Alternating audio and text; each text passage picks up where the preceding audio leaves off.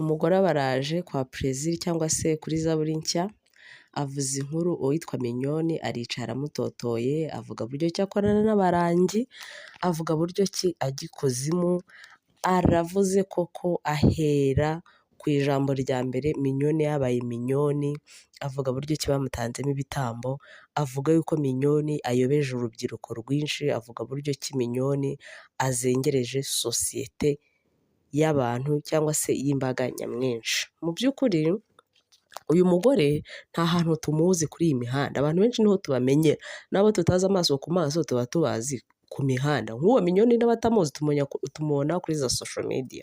Uyu mugore ntawe umuzi, ariko yaba we yaba uwamutumiye tubazi uko nguko ku mihanda, uri kumva neza. Ariko araje aritereka, avuza umuntu, amuvuga ibintu byose bibi nta kizamuvugaga, uri kumva yasabye ikiganiro kandi nta muntu ujya usaba ikiganiro ngo nyiri kukimuha babure kugicamo ngo babanze bumve se iki kiganiro kiragenda gute, gishobora kuzana views se, kuko ibi byose mubona biza ku mihanda ntabwo aba Plaisir bakora ibiganiro ngo kugira ngo bigishe abantu ubutumwa bwiza gusa. Ibyigisha ubutumwa bwiza birimo, ariko hari n'ibindi biba bigamije iki, views. N'ubwo butumwa bwiza buzana views, ariko iby'ubutumwa bwiza murabizi neza ko ibintu bitarimo amatiku, bitarimo guhangana, bitarimo gusebanya n'abantu, hano ku mihanda nta views bigira. Ibaze rero nka Plaisir nk'umuntu uzi ubwenge, usobanukiwe ibintu bya social medias, gufata umuntu nk'uriya w'umubyeyi ngo Mignone, akazana uwundi muntu w'umubyeyi nawe mukuru, akamubwira ngo icara kuri channel yanjye, usebye umuntu udafite icyo agutwaye, usebye umuntu mudafite icyo mupfana, usebye umuntu tutazi ahantu uturutse, wicare gusa umuvuge ibintu byo kumusebya. Plaisir azi ikintu amategeko avuga ku gusebya umuntu. Plaisir azi buri kimwe cyose kuruta uriya mugore yatumyeho, uri kumva nta kintu adasobanukiwe, azi ibintu by'isebanya ikintu bikora iyo bigeze mu mategeko. N'uriya yatumiye ntekereza yuko nubwo yaba atabizi, ariko azi neza yuko arebye nabi bitarangirira aho. Plaisir arasobanukiwe ibintu byose, ariko fata umuntu uvuge ngo ajya ikuzimu, mu rusengero rwe ngo bakorana n'imyuka mibi, bajya mu marimbi, bakoresha inzoka, bajya ikuzimu.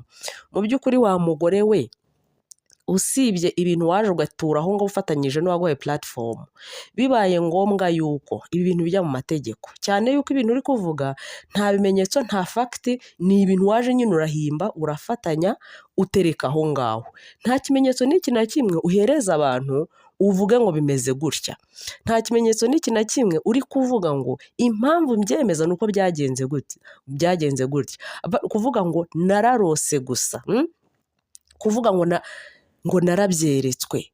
Wararose twemezwa n'iki cyatwemeza ko se warose, n'iki cyatwemeza ko atari script mwanditse we na Plaisir kugira ngo muze musebye umuntu. Ikintu noneho gitangaje giteye ubwoba aha hantu, uyu witwa Plaisir aragutumiye akwicaje ku mihanda, we azi icyo amategeko abivugaho. Bibaye ngombwa yuko Mignone abarega, mujye muri akuntu abantu boshya abandi. Ibi ngibi uyu mugore yakoze ni Plaisir wamwoheje. Bibaye ngombwa yuko itegeko ribagonga, babatumyeho, abanyamategeko babatumyeho, cyangwa se RIB igize ibatumyeho. Wa mugore we, kugira ngo nkwemeze neza yuko ufite ikibazo kidasanzwe cyo mu mutwe ndetse atari ibintu byoroheje, kuntu utigeze ujya gutekereza ibi bintu, ni uko Plaisir wowe nawe babatumyeho yaba afite umunyamategeko, kandi wowe ntawe waba ufite. Ndakumenyesha ntashidikanya neza yuko nta n'inkunga y'igiceri cy'ijana yagutera, ko nayo yaba ari kurwana n'ibye. Banza niba ugiye gutanga ibintu nk'ibyo byo gusebya umuntu, banza utekereze ngo ibi bintu ngiye kuvuga birangiraho ngaruka ki, ese amafaranga bagiye kumpemba ko naje kuvuga ibintu yankorera iki, yamfasha iki. Bibaye ngombwa ko bijya mu mategeko, ko nta kintu na kimwe aya mafaranga hama, niba ari 20,000 cyangwa niba ari 15, niba ari umufuka w'ikibangure w'akawunga ko ntawurya amezi angahe, ibintu ndi kubivuga nsebya umuntu kubera iki, ibintu ndi kubivuga ngamije iki.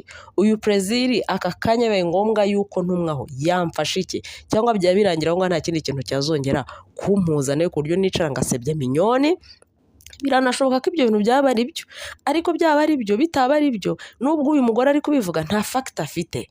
uyu perezida arishakira iki? Arishakira views, arishakira amafaranga yinjiza aha ngaha, ariko we mugore rwose uraje uricaye n'ubwenge bwinshi, reka tubyite ko ari bwinshi, uraje uvuga ibintu udafite gihamya, perezida nawe aguteza amatwi, barangije barapulodinga ibintu byo gusebya umuntu. Perezida mupfana isano murifitanye mwako kanya, kuko ari kukwakiserera akakubwira ngo yigongo, hanyuma ngo bigenda gute, uremeye ari kukwakiserera, uri kuvuga umuntu kandi utazi neza ko isaha n'isaha byagukoraho.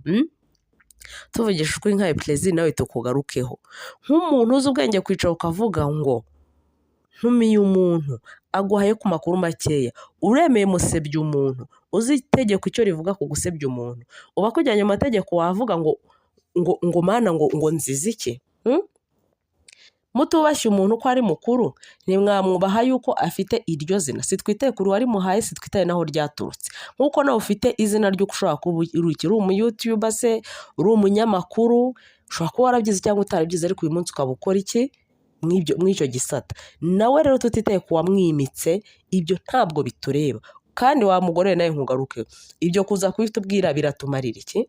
Niba hari ikibazo wagiranye na Minyoni, cyane yuko mbona nta nacyo, ku buryo simona ko yakugirira umwanya, ibintu uraza kubivuga ngo bitumarira iki? Ese kuki perezida ari ukundira guhostinga abantu bavuga ibintu nk'ibyo? Kuki nta zindi cano tujya tubibonaho?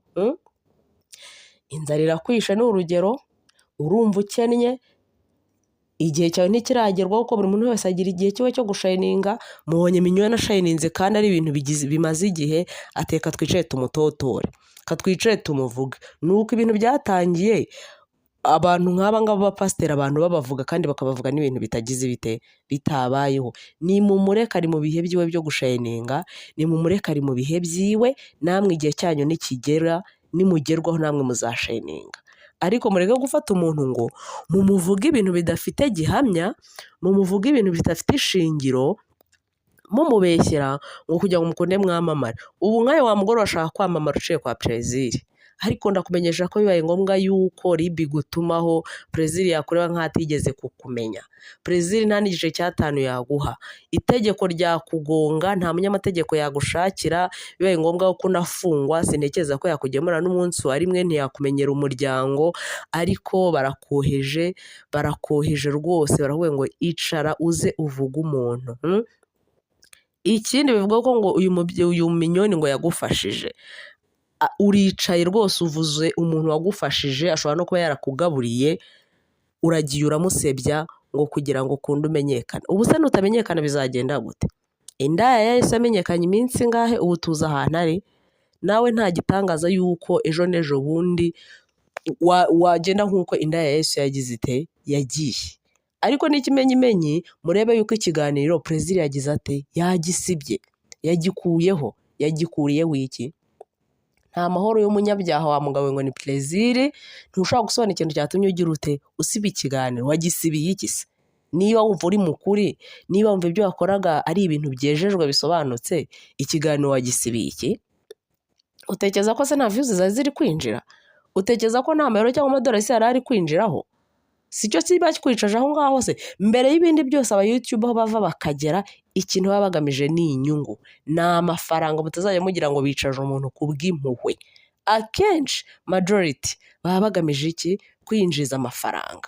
Uri kumva? Kuko nk'uyu mugore bino bintu yaje kuvuga, we nta kintu biruze kumufasha, natwe sosiyete ntacyo biri budufashe. Ariko perezida we yagize ate, tayari amafaranga yiwe yari yinjiye. Ariko niba ikiganiro yagisibye, nta mahoro y'umunyabyaha, nta kintu n'iki na kimwe wakoreye, ni ukwifata ugasebya umuntu gusa, mudahuje umwuga, mudafite ibibahuza. Ubonye ibintu bigukomeranye niba mu mutwe byagushyuhanye, uragisiba. Ahubwo uwo ngo wakiguhaye nakubaza ngo wagisibye, uramugaho ko wagisibiye iki? Nakubaza impamvu wagisibye, uramusobanurira iki?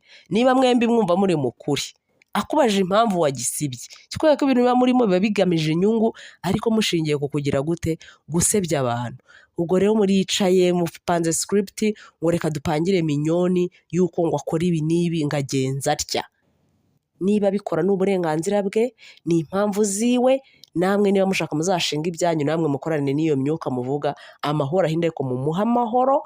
Ibyo mweretswe mwarabyeretswe, wari kugenda ukamuganiza, ntabwo wagombaga kubizana kuri iyi mihanda. kuko abagutuma n'abakoshya yaba wowe wa mugore we n'abo mukorana nawe Plaisir murakorana, ariko si ngombwa yuko muza kuvuga ngo abantu bose ngo mubashyire ku karubanda, kuko birangiye ugize ute?